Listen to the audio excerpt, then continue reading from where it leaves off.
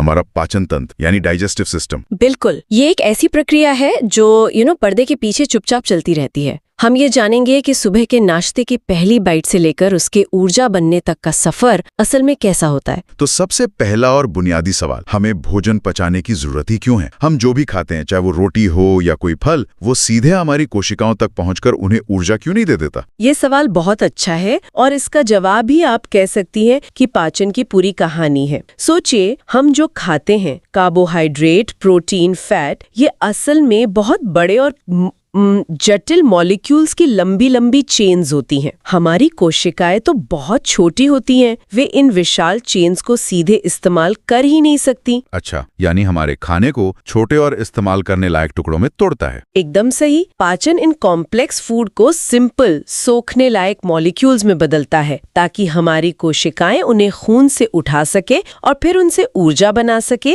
या शरीर की मरम्मत कर सकें। बिना इस तोड़ने की प्रक्रिया के खाना लगभग व्यर्थ हो जाएगा। ठीक है, तो इस सफर की शुरुआत कहाँ से होती है? फैक्ट्री का पहला स्टेशन हमारा मुंह है। यहाँ आते ही एक्शन शुरू हो जाता है। एक्शन तुरंत शुरू हो जाता है। मुंह में 3 मुख्य खिलाड़ी मैदान में उतरते हैं, हमारे दांत, हमारी जीभ और लार ग्रंथियां यानी सलाइवरी ग्लैंड्स। ओके। दांत भोजन को मैकेनिकली पीसकर छोटे टुकड़ों में तोड़ते हैं, जिसे हम चबाना कहते हैं, और जीभ उसे इधर उधर घुमाकर लार के साथ अच्छी तरह मिलाती है। तो इसका मतलब पाचन असल में पेट से बहुत पहले मुंह में ही शुरू हो जाता है। मुझे तो हमेशा यही लगता था कि सारा असली काम पेट में होता है। हाँ, ये एक आम धारणा है, लेकिन केमिकल डाइजेशन का पहला कदम मुंह में ही उड़ जाता है। हमारी लार में सलाइवरी एमिलेज नाम का एक एंजाइम होता है जो कार्बोहाइड्रेट्स यानी स्टार्च को तोड़ना तुरंत शुरू कर देता है। अच्छा जी, इसीलिए अगर आप रोटी को ज्यादा देर तक चबाएं तो वो हल्की मीठी लगने लगती है। कमाल है। तो मुंह में शुरुआती पिसाई और मिलावट हो गई। अब ये भोजन एक अंधेरी सुरंग में उतरने को तैयार है, जिसे हम ग्रसनी या ईसोफेगस कहते हैं। यहाँ क्या कोई एक्शन होता है या ये सिर्फ एक रास्ता है? ये ज्यादातर एक रास्ता ही है। ईसोफेगस एक मस्कुलर ट्यूब है। इसका मुख्य काम भोजन को मुंह से पेट तक पहुंचाना है। इसमें कोई पाचन एंजाइम या एसिड नहीं बनता। लेकिन ये साधारण पाइप तो नहीं होगा? नहीं, बिल्कुल नहीं। इसकी मांसपेशियां एक लहर की तरह सिकुड़ती और फैलती हैं, जिसे पेरिस्टाल्सिस कहते हैं, और इसी लहर के जरिए भोजन नीचे पेट की तरफ धकेला जाता है। यानी गुरुत्वाकर्षण का इंतजार नहीं करना पड़ता, ये सिस्टम खुद ही खाने को नीचे खींच लेता है। अब भोजन पहुंचता है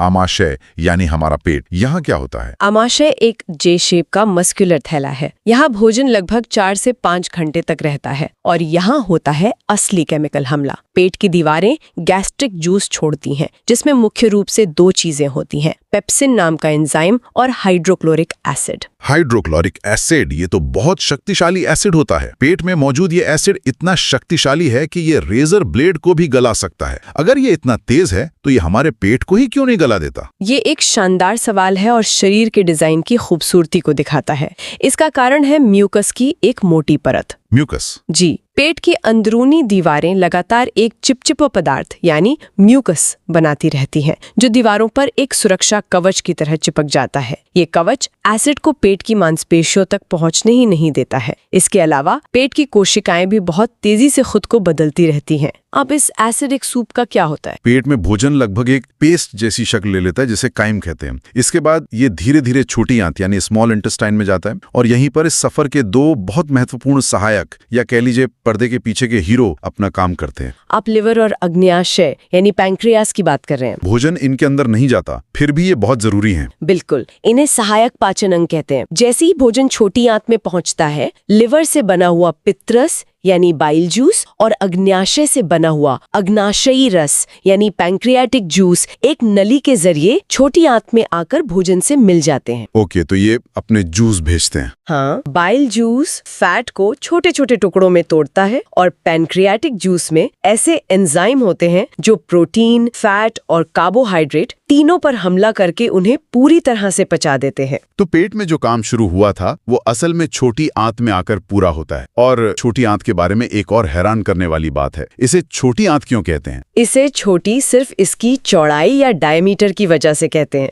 असल में अगर इसे फैलाया जाए तो ये एक वयस्क इंसान में लगभग 20 फीट लंबी होती है। 20 फीट? जी, और इसकी अंदरूनी सतह पर उंगलियों जैसी लाखों छोटी छोटी संरचनाएं होती हैं जिन्हें विली कहते हैं। इन विली की वजह से पोषक तत्वों को सोखने का कुल सतही क्षेत्रफल एक टेनिस कोर्ट के बराबर हो जाता है। छोटी आंत ही वो जगह है जहां से पचे हुए पोषक तत्व जैसे glucose, amino acids, fatty acids ये सब सोखकर खून में भेज दिए जाते हैं। खून फिर इन्हें शरीर की हर कोशिका तक पहुंचाता है। ठीक है, तो पोषक तत्व अब खून में पहुंच चुके हैं। जी लेकिन सिर्फ खून में तैरने से तो कुछ होगा नहीं, है ना? उनका असली काम तो अब शुरू होता होगा। बिल्कुल, और यहीं पर पाचन का चौथा और पांचवां चरण आता है। स्रोतों में जो 5 आधिकारिक चरण बताए गए हैं, अंतर्ग्रहण, पाचन, अवशोषण, स्वांगीकरण और बहिष्क्षेपण, वे पूरी कहानी को समेटते हैं। चलिए उन्हें एक एक करके समझते हैं। जरूर। पहला है अंतर्ग्रहण, इंजेशन, भोजन को मुंह में रखना। दूसरा है पाचन, डाइजेशन, मुंह से लेकर छोटी आंत तक भोजन को तोड़ना। और तीसरा अवशोषण, एब्जॉर्प्शन, छोटी आंत द्वारा पोषक तत्वों को सोखकर खून में भेजना। और चौथा है स्वांगीकरण, एसिमिलेशन। इसका क्या मतलब हुआ? स्वांगीकरण का मतलब है कि जब खून के जरिए ये पोषक तत्व शरीर की हर कोशिका तक पहुंचते हैं तो कोशिकाएं उनका इस्तेमाल करती हैं।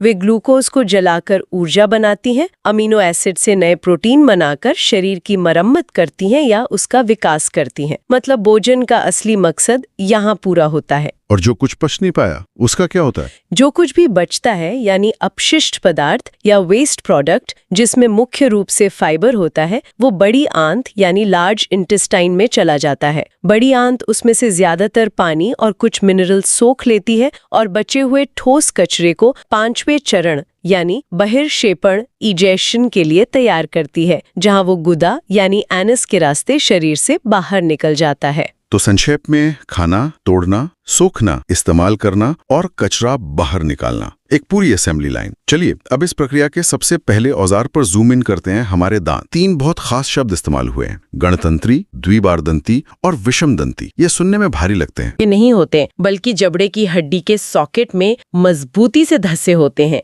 ये उन्हें चबाने के लिए जबरदस्त ताकत देता है। ओके, हड्डी के अंदर। जी।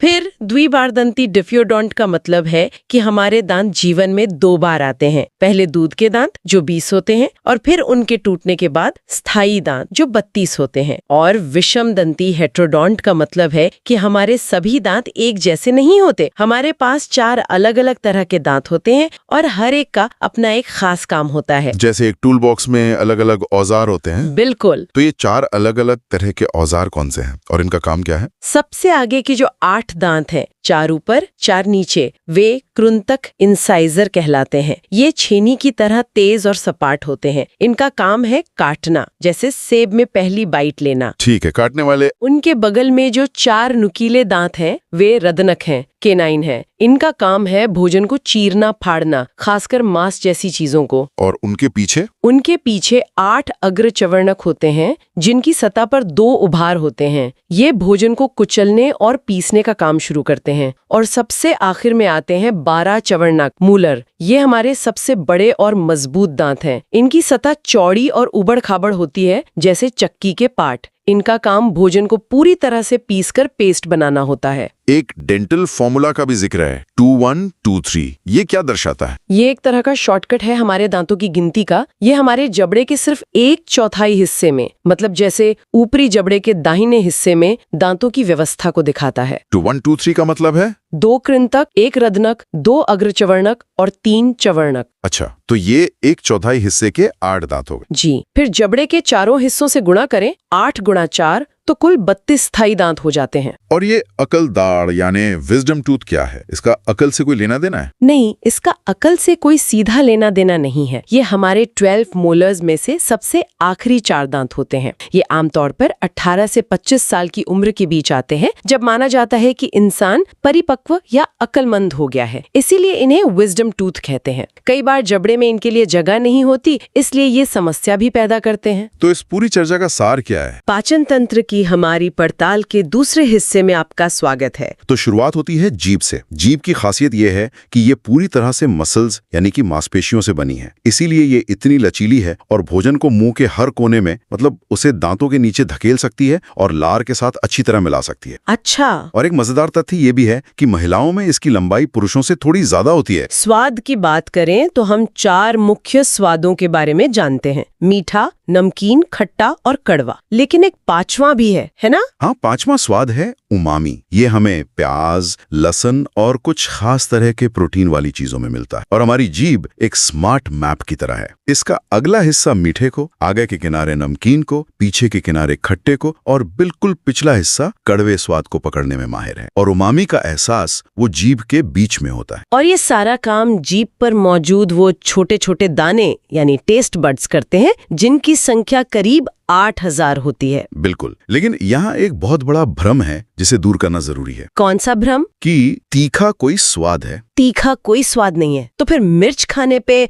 जो महसूस होता है वो क्या है? वो सब में स्वाद नहीं, बल्कि एक तरह का कह सकते हैं दर्द या जलन का सिग्नल है। मिर्च में मौजूद केमिकल हमारे जीभ की कोशिकाओं में एक तरह की छटपटाहट पैदा करते हैं, जिससे दिमाग को जलन का संदेश मिलता है। तो ये एक रासायनिक प्रतिक्रिया है, स्वाद नहीं। जी, इसीलिए कुछ लोगों की तीखा सहने की क्षमता ज्यादा होती है। इसका उनकी स्वाद कलिकाओं से कोई लेना देना नहीं, बल्कि दर्द सहने की क्षमता से है। वाह, ठीक है। तो भोजन चबाया जा चुका है, जीभ ने उसे मिला दिया है, अब बारी आती है लार की। मुझे लगता था इसका काम सिर्फ मुंह को गीला रखना है। मुंह को गीला रखना तो इसका कह लीजिए साइड जॉब है। इसका असली काम तो एक केमिकल इंजीनियर का है। हम हर दिन लगभग 1 से 1.5 लीटर लार बनाते हैं। 1 से 1.5 लीटर? ये तो बहुत ज्यादा है। तो ये केमिकल इंजीनियर करता क्या है? यहीं से असली रासायनिक पाचन शुरू होता है। लार में कार्बोहाइड्रेट को तोड़ने वाले 2 मुख्य एंजाइम होते हैं। पहला है टायलिन, जिसे एमाइलेज भी कहते हैं, जो स्टार्च पर हमला करता है। स्टार्च जैसे रोटी या चावल में होता है? हाँ, ये एक जटिल शुगर है। ये एंजाइम उसे माल्टोज नाम की एक सरल शुगर में तोड़ देता है। ये पहला कदम है। और दूसरा कदम? फिर दूसरा एंजाइम माल्टेज इस माल्टोज को ग्लूकोज में बदल देता है, जो ऊर्जा का सबसे सरल रूप है और जिसे हमारा शरीर सीधे इस्तेमाल कर सकता है। अरे वाह! तो जब हम कहते हैं कि रोटी को ज्यादा देर चबाने पर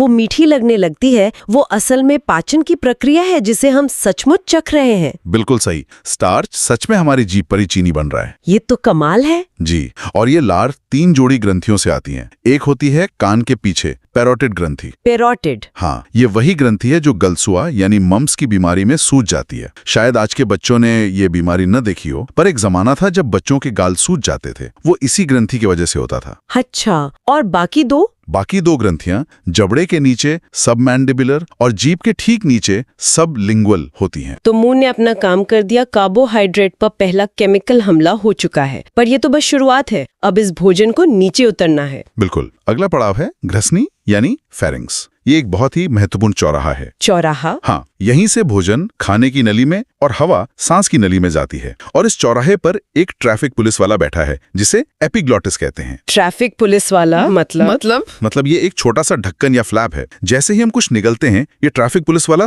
तुरंत सांस की नली को बंद कर देता है, ताकि खाना गलती से फेफड़ों की तरफ न चला जाए। और जब ये गलती कर देता है तभी हमें फंदा लगता है और हम खांसने लगते हैं। एकदम सही। वो खांसी शरीर का तरीका है उस गलती को सुधारने का। लेकिन एक बात ध्यान देने वाली है, ना तो इस चौराहे पर और न ही इसके आगे खाने की नली यानी इसोफेगस में कोई पाचन होता है। ये सिर्फ एक रास्ता है। तो खाना नीचे कैसे जाता है? सिर्फ गुरुत्वाकर्षण से? नहीं, अगर ऐसा होता तो हम लेटकर या उल्टे होकर कुछ खा पी नहीं पाते। खाने की नली की मांसपेशियां इसे एक लहर की तरह नीचे धकेलती हैं। अच्छा, एक लहर की तरह? हाँ, सोचिए जैसे आप ट्यूब से टूथपेस्ट निकालते हैं दबाते हुए, बिल्कुल वैसे ही। इस प्रक्रिया को क्रमानुकुंचन या पेरिस्टेल्सिस कहते हैं। एक नियंत्रित लहर जो भोजन को पेट तक पहुंचाती है। और अब भोजन पहुंचता है पेट में यानी आमाशय में। मैंने सुना है ये जे शेप का होता है। हाँ, और पेट में घुसते ही निवाले का स्वागत एक पूरी तरह से अलग और कह सकते हैं खतरनाक दुनिया में होता है। पेट एक एसिड से भरा चैम्बर है। एसिड से भरा? जी, यहाँ का वातावरण बहुत ज्यादा अम्लीय होता है, जिसका पीएच लेवल 1.2 से 1.8 के बीच होता है। इतना शक्तिशाली एसिड हमारे पेट के अंदर, ये तो किसी धातु को भी गला सकता है। ये हमें ही क्यों नहीं जला देता? बहुत अच्छा सवाल। पेट की दीवारों पर म्यूसिन नाम के एक पदार्थ की मोटी परत होती है, जो उसे इस हाइड्रोक्लोरिक एसिड से बचाती है। ये एक तरह का सुरक्षा कवच कवच है। अच्छा, तो एक सुरक्षा कवच भी है। जी, और इस एसिड के दो बहुत जरूरी काम हैं। पहला, ये एक बाउंसर की तरह है जो खाने के साथ आए हानिकारक बैक्टीरिया को घुसते ही खत्म कर देता है। ये हमारी सुरक्षा की पहली दीवार है। और दूसरा काम? दूसरा काम है माहौल बनाना। पेट के एंजाइम सिर्फ अम्लीय मतलब एसिडिक माहौल में ही काम कर सकते हैं, तो ये एसिड माहौल को तैयार करता है ताकि असली काम शुरू हो सके। असली काम यानी प्रोटीन और फैट को पचाना? बिल्कुल। पेट के अंदर समझिए 3 स्पेशलिस्ट काम करते हैं। एक है प्रोटीन का एक्सपर्ट जिसका नाम है पेप्सिन। ये प्रोटीन की लंबी लड़ियों को छोटे छोटे टुकड़ों में तोड़ना शुरू कर देता है जिन्हें पेप्टाइड्स कहते हैं। ठीक है, एक प्रोटीन के लिए और बाकी 2? दूसरा है फैट यानी वसा का स्पेशलिस्ट लाइपेज। ये वसा को फैटी एसिड में बदलना शुरू करता है। और एक तीसरा जो बहुत दिलचस्प है वो है रेनिन। रेनिन? हाँ, ये सिर्फ बच्चों में होता है और इसका एक ही काम है दूध में मौजूद केसीन नाम के प्रोटीन को पचाना। जैसे जैसे बच्चे बड़े होते हैं और उनका भोजन बदलता है, ये एंजाइम बनना बंद हो जाता है। मतलब ये रिटायर हो जाता है? हाँ, कह सकते हैं। ये जैविक दक्षता का एक बेहतरीन उदाहरण है। शरीर वो औजार बनाना बंद कर देता है जिसकी जरूरत नहीं रही। ठीक है, तो हमारा खाना पेट के एसिड वाले चैलेंज को पार करके अब एक नई दुनिया में आ गया है, छोटी आंत। यहाँ से इसका सफर और भी रोमांचक हो जाता है। पहला पड़ाव है डिओडिनम। यहाँ इसका स्वागत कैसे होता है? देखिए, डिओडिनम एक तरह का समझिए ट्रांजिशन जोन है। सोचिए, भोजन एक बहुत ही एसिडिक यानी अम्लीय माहौल से आ रहा है जहां पीएच लगभग 1.5 से 3.5 होता है। छोटी आंत की दीवारें इतनी एसिडिटी बर्दाश्त नहीं कर सकती और यहाँ काम करने वाले एंजाइम्स को भी एक अलग शांत माहौल चाहिए। तो सबसे पहला काम है माहौल बदलना। मतलब लड़ाई शुरू होने से पहले बैटलफील्ड तैयार करना पड़ता है। तो इस एसिड को बेअसर कौन करता है? यहीं पर शरीर के एक सबसे बड़े और जरूरी अंग लिवर की एंट्री होती है। लिवर एक जूस बनाता है जिसे बाइल जूस या पित्त रस कहते हैं। जैसे ही खाना डुओडेनम में पहुंचता है, ये बाइल जूस उसमें मिल जाता है और एसिड को न्यूट्रलाइज करके माहौल को एल्कलाइन यानी क्षारीय बना देता है। अच्छा, तो बाइल जूस ने मैदान तैयार कर दिया है, एसिड को हटाकर माहौल को काम के लायक बना गया। लेकिन सिर्फ मैदान तैयार करने से तो मैच नहीं जीता जाता। अब तो असली खिलाड़ी चाहिए होंगे जो अटैक करे। क्या यहीं पर पैंक्रियाज की एंट्री होती? बिल्कुल। पैंक्रियाज यानी अग्नाशय पाचन तंत्र का स्विस आर्मी नाइफ है। ये एक जबरदस्त जूस छोड़ता है जिसे पैंक्रियाटिक जूस कहते हैं। और कमाल की बात यह है कि ये एक साथ 3 मोर्चों पर हमला करता है। इसके पास हर तरह के मैक्रोन्यूट्रिएंट के लिए सही औजार है। 3 मोर्चों पर? ये दिलचस्प है। कौन कौन से हैं ये औजार? पहला है प्रोटीन के लिए ट्रिप्सिन। पेट में पेप्सिन ने जो काम शुरू किया था, ट्रिप्सिन उसे अगले लेवल पर ले जाता है और बचे हुए प्रोटीन को और छोटे टुकड़ों मतलब पॉलीपेप्टाइड्स और एमिनो एसिड्स में तोड़ देता है। ओके। दूसरा है कार्बोहाइड्रेट्स के लिए एमाइलेज। ये स्टार्च को पचाकर उसे घुलनशील शर्करा सॉल्युबल शुगर में बदलता है। और तीसरा और बहुत जरूरी है फैट्स यानी वसा के लिए लाइपेज।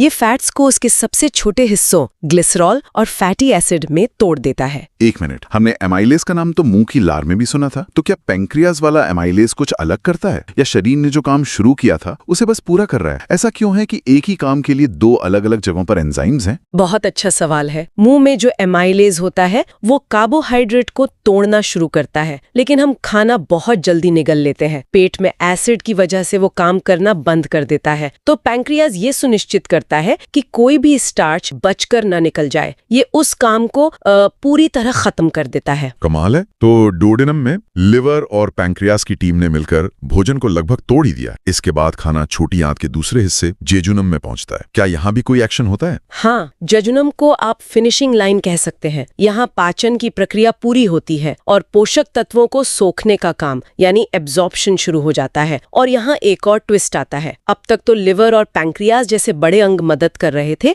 पर अब छोटी आंत खुद अपने कुछ फिनिशिंग एंजाइम छोड़ती है। मुझे तो लगा था कि लिवर और पैंक्रियाज जैसे सुपरस्टार अंगों के बाद शायद छोटी आंत का काम सिर्फ एक पाइपलाइन जैसा होगा। ये खुद एंजाइम क्यों बनाती है? क्या लिवर और पैंक्रियाज का काम काफी नहीं था? इन्हें आप स्पेशलिस्ट कह सकते हैं जो बचे खुचे काम को पूरा करते हैं। जैसे इरेप्सिन एक ग्रुप का काम है हर तरह की चीनी को उसके सबसे सरल तरल रूप यानी ग्लूकोज में बदलना, चाहे वो अनाज से आई माल्टोज हो या फल से आई सुक्रोज हो। एक और एंजाइम लैक्टेज दूध की चीनी यानी लैक्टोज को तोड़ता है। अच्छा, इसके अलावा एक और एंजाइम प्रोटीन पर फाइनल काम करता है और लाइपेज बची हुई वसा को पूरी तरह खत्म कर देता है। मतलब यहाँ आकर खाने के हर हिस्से को उसके बिल्डिंग ब्लॉक्स में तोड़ दिया जाता है। तो जेजुनम में खाना पूरी तरह से अपने सबसे छोटे, सबसे उपयोगी रूप में टूट चुका है। लेकिन टूटना तो सिर्फ आधा काम है ना। अब इन कीमती पोषक तत्वों को शरीर के खून तक पहुंचाना होगा। ये डिलीवरी का काम कैसे होता है? क्या छोटी आंत का आखिरी हिस्सा इलियम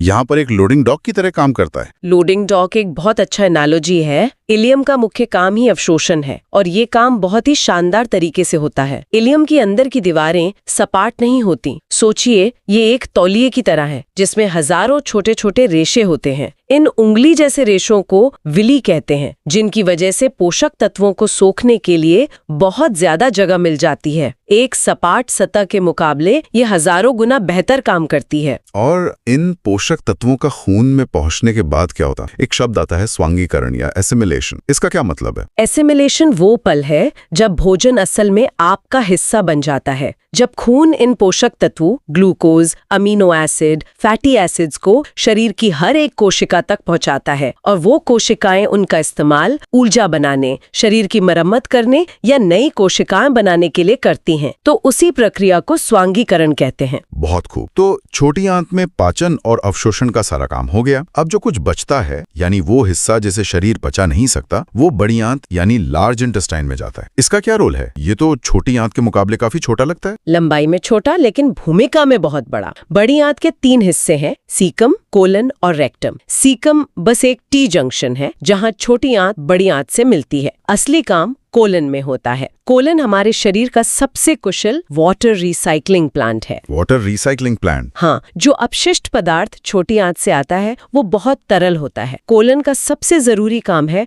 उस तरल में से ज्यादा पानी और कुछ जरूरी मिनरल्स को वापस सोखकर शरीर में लौटाना। ये हमें डिहाइड्रेशन से बचाता है। इसी प्रक्रिया की वजह से अपशिष्ट धीरे धीरे ठोस हो जाता है और फिर ये ठोस अपशिष्ट रेक्टम में जमा होता है और एनस से बाहर निकल जाता है। यहाँ एक बात बताई गई है कि बच्चों में ये प्रक्रिया इनवॉलंटरी होती है जबकि बड़ों में वॉलंटरी। ऐसा क्यों? ये सीधे सीधे नर्वस सिस्टम के विकास से जुड़ा है। छोटे बच्चों में दिमाग का वो हिस्सा जो मांसपेशियों पर स्वैच्छिक नियंत्रण रखता है पूरी तरह से विकसित नहीं हुआ होता। जैसे जैसे वे बड़े होते हैं ये नियंत्रण विकसित हो जाता है। चलिए उन सहायक अंगों पर वापस चलते हैं। पैंक्रियास के जूस को पूर्ण पाचक रस या कंप्लीट डाइजेस्टिव जूस कहा जाता है। ये उपाधि क्यों दी गई है? क्योंकि ये अकेला ऐसा रस है जिसमें कार्बोहाइड्रेट, फैट और प्रोटीन तीनों को पचाने वाले शक्तिशाली एंजाइम होते हैं। लिवर का बाइल जूस सिर्फ फैट पर काम करता है, मुंह की लार सिर्फ कार्ब्स पर, लेकिन पैंक्रियास का जूस हर चीज पर काम करता है। इसीलिए ये एक ऑलराउंडर है और ये सिर्फ एंजाइम ही नहीं बनाता, ये इंसुलिन जैसे जरूरी हार्मोन्स भी बनाता है। इसीलिए इसे एक मिक्स्ड ग्लैंड कहते हैं। और गॉल ब्लैडर, वो छोटी सी थैली, उसका क्या काम है? गॉल ब्लैडर एक स्टोरेज टैंक या बाइल बैंक की तरह है। लिवर लगातार बाइल जूस बनाता रहता है, लेकिन हमें उसकी जरूरत सिर्फ तभी होती है जब हम खाना खाते हैं। तो गॉल ब्लैडर उस बाइल जूस को जमा करके रखता है और उससे गाढ़ा भी करता है ताकि जब जरूरत पड़े तो एक कॉन्सेंट्रेटेड डोज छोटी आंत में छोड़ा जा सके। हमने बाइल जूस के बारे में बहुत बात की। इसकी कहानी अपने आप में काफी दिलचस्प लगती है। बनता कहीं है, जमा कहीं और होता है और काम कहीं और करता है। बिल्कुल, बनता लिवर में, स्टोर होता गॉल ब्लैडर में और काम करता है छोटी आंत में। और इसकी एक और खासियत है, इसका पीएच मान 7.7 होता है और इसमें कोई एंजाइम नहीं होता। ये बात थोड़ी कंफ्यूजिंग है। हमने सुना कि ये पाचन में मदद करता है, लेकिन इसमें कोई एंजाइम ही नहीं है। तो फिर ये करता क्या है? बाइल जूस सीधे सीधे फैट को पचाता नहीं है, लेकिन उसके बिना फैट पच भी नहीं सकता। इसका काम बिल्कुल वैसा है जैसा बर्तन धोते समय साबुन का होता है। जैसे साबुन तेल और चिकनाई की बड़ी बूंदों को तोड़कर छोटे छोटे कणों में बिखेर देता है ताकि पानी उन्हें बहा ले जाए, वैसे ही बाइल जूस फैट के बड़े बड़े गोलों को नन्ही नन्ही बूंदों में तोड़ देता है। इस प्रक्रिया को इमल्सीकरण कहते हैं। इससे लाइपेज एंजाइम को फैट पर हमला करने के लिए बहुत बड़ी सतह मिल जाती है। मतलब ये लाइपेज का काम आसान कर देता है। और इसके अंदर जो पिगमेंट्स होते हैं, बिलीरुबिन और बिलीवर्डिन, उनकी क्या कहानी है? ये पिगमेंट्स असल में पुराने रेड ब्लड सेल्स के टूटने से बनते हैं। बिलीवर्डिन हरे रंग का होता है और बिलीरुबिन पीले रंग का। दिलचस्प बात ये है कि यही बिलीरुबिन हमारे मल को उसका खास पीला रंग देता है, और जब किसी वजह से लिवर खराब हो जाता है तो वो इस बिलीरुबिन को शरीर से बाहर नहीं निकाल पाता। ये खून में जमा होने लगता है, जिससे त्वचा और आंखें पीली पड़ जाती हैं। इसी को हम जॉन्डिस या पीलिया कहते हैं। तो ये एक तरह से लिवर की सेहत का इंडिकेटर है। और अपशिष्ट की गंध का कारण, इसका भी जिक्र है? हाँ, इसका कारण भी बाइल में मौजूद कुछ सॉल्ट्स होते हैं, खासकर इंडोल और स्कैटोल नाम के कंपाउंड्स। तो बाइल जूस न सिर्फ पाचन में मदद करता है, बल्कि अपशिष्ट के रंग और गंध को भी तय करता है। अपेंडिक्स, जिसके बारे में कहा गया कि पाचन में उसकी कोई भूमिका नहीं है, ये हमें तथाकथित वेस्टिजियल यानी अवशेषी अंगों के बारे में सोचने पर मजबूर करता है। क्या वे सच में बेकार हैं, या हम अभी तक शरीर के इस जटिल इकोसिस्टम में उनके सभी काम समझ नहीं पाए हैं? कुछ नई रिसर्च इशारा करती हैं कि अपेंडिक्स शायद हमारी आंत के अच्छे बैक्टीरिया के लिए एक सेफ हाउस का काम करता है,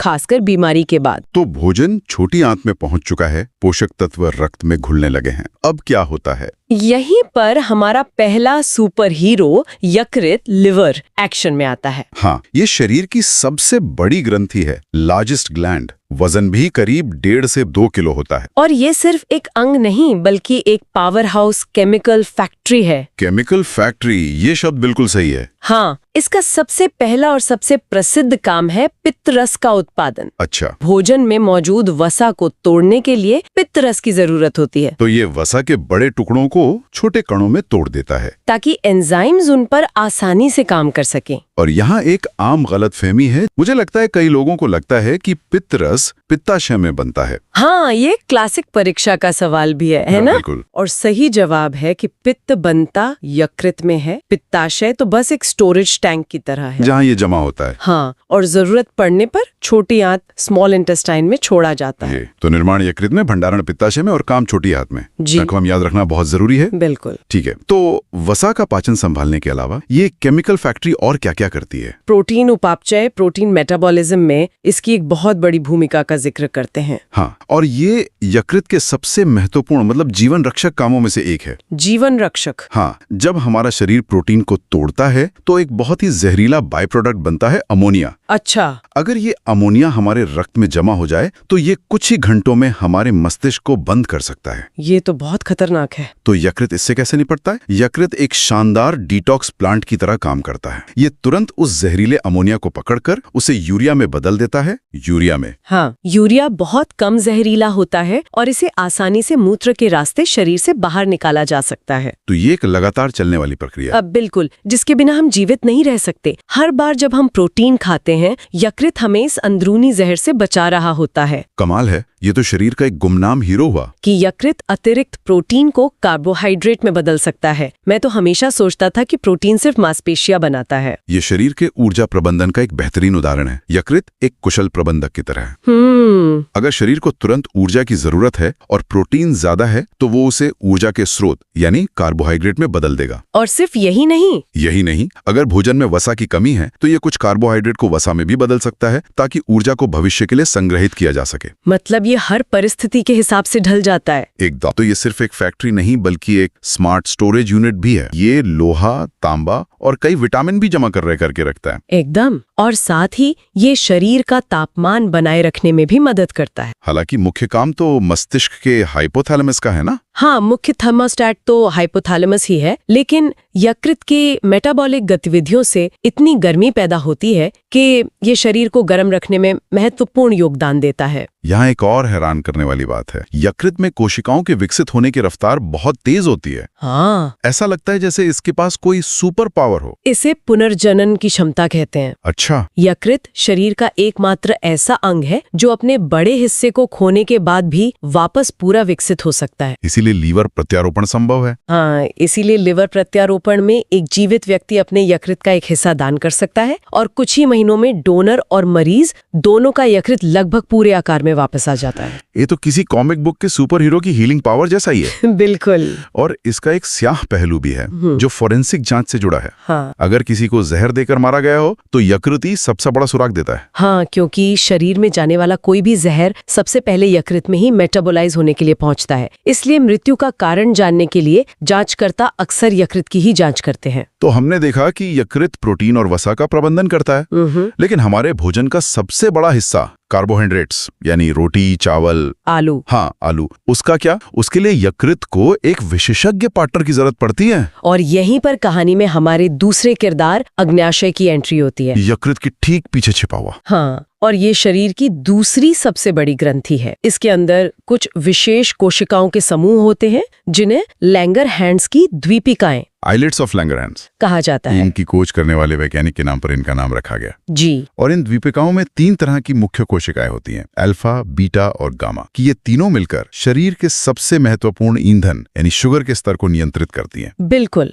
इसे एक टीम की तरह समझिए। बीटा कोशिकाएं इंसुलिन बनाती हैं।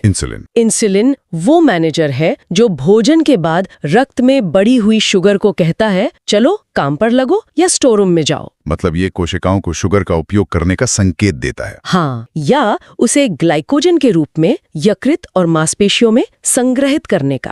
ठीक है, तो इंसुलिन शुगर को कम करता है, लेकिन अगर शुगर बहुत ज्यादा कम हो जाए तो तब अल्फा कोशिकाएं अपना हार्मोन ग्लूकागॉन छोड़ती हैं। ग्लूकागॉन इंसुलिन का ठीक उल्टा काम करता है। वो स्टोर रूम यानी यकृत में जाकर कहता है, बाहर निकलो, शरीर को ऊर्जा की जरूरत है, और संग्रहित ग्लाइकोजन वापस ग्लूकोज में बदलकर रक्त में आ जाता है। तो इंसुलिन और ग्लूकागॉन एक दूसरे को संतुलित करते हैं, एक शुगर कम करता है, दूसरा बढ़ाता है। सही। तो फिर गामा कोशिकाओं का क्या काम है? उनसे निकलने वाला सोमाटोस्टैटिन क्या करता है? सोमैटोस्टैटिन उस टीम का सुपरवाइजर है। वो इंसुलिन और ग्लूकागॉन दोनों को संकेत देता है कि थोड़ा शांत हो जाओ, ताकि शुगर का स्तर बहुत तेजी से ऊपर नीचे ना हो। मतलब ये स्थिरता लाता है। हाँ, ये पूरी प्रणाली में स्थिरता लाता है। ये एक खूबसूरत संतुलन है। और जब ये संतुलन बिगड़ता है, खासकर जब बीटा कोशिकाएं पर्याप्त इंसुलिन नहीं बना पाती, तो मधुमेह यानी डायबिटीज की स्थिति पैदा होती है। चलिए इंसुलिन पे थोड़ा और गहराई से बात करते हैं। इसकी खोज 1921 में बैंटिंग और बेस्ट ने की थी और इसने चिकित्सा की दुनिया बदल दी। इसने लाखों लोगों की जान बचाई है।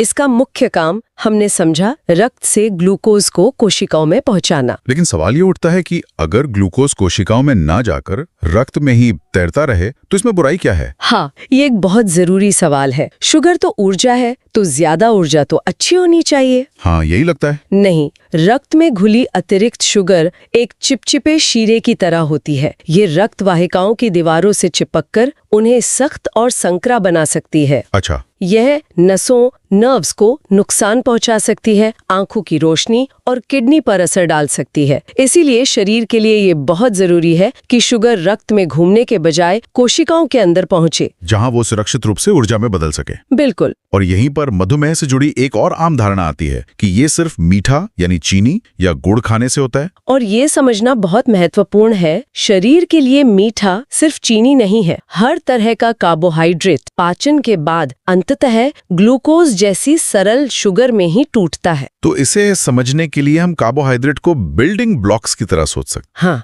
ये अच्छा तरीका है इसे समझने का। कैसे? मोनोसैकेराइड जैसे ग्लूकोज एक अकेली ईंट की तरह है, सबसे सरल रूप। ठीक है। डाइसैकेराइड जैसे हमारी चाय की चीनी, वो 2 ईंटों के जुड़ने से बनती है। और पॉलीसैकेराइड जैसे आलू या चावल में पाया जाने वाला स्टार्च, वो हजारों ईंटों से बनी एक पूरी दीवार की तरह है। अच्छा। जब हम रोटी या चावल खाते हैं तो हमारा पाचन तंत्र उस दीवार को तोड़कर वापस अकेली ईंटों यानी ग्लूकोज में बदल देता है। इसका मतलब चाहे हम सीधे चीनी खाएं या रोटी, अंत में रक्त में ग्लूकोज ही पहुंचता है। बिल्कुल। और ये पाचन की प्रक्रिया तो मुंह से ही शुरू हो जाती है ना? हाँ, लगभग 30% स्टार्च का पाचन हमारी लार सलाइवा में मौजूद एमाइलेज नामक एंजाइम की वजह से मुंह में ही शुरू हो जाता है। इसीलिए अगर आप रोटी को ज्यादा देर तक चबाएं तो वो हल्की मीठी लगने लगती है। सही। वाह, जो दवा के कैप्सूल होते हैं उनका बाहरी खोल भी स्टार्च का ही बना होता है। हाँ, जो कि एक पॉलीसैकेराइड है, इसीलिए वो पेट में आसानी से घुल जाता है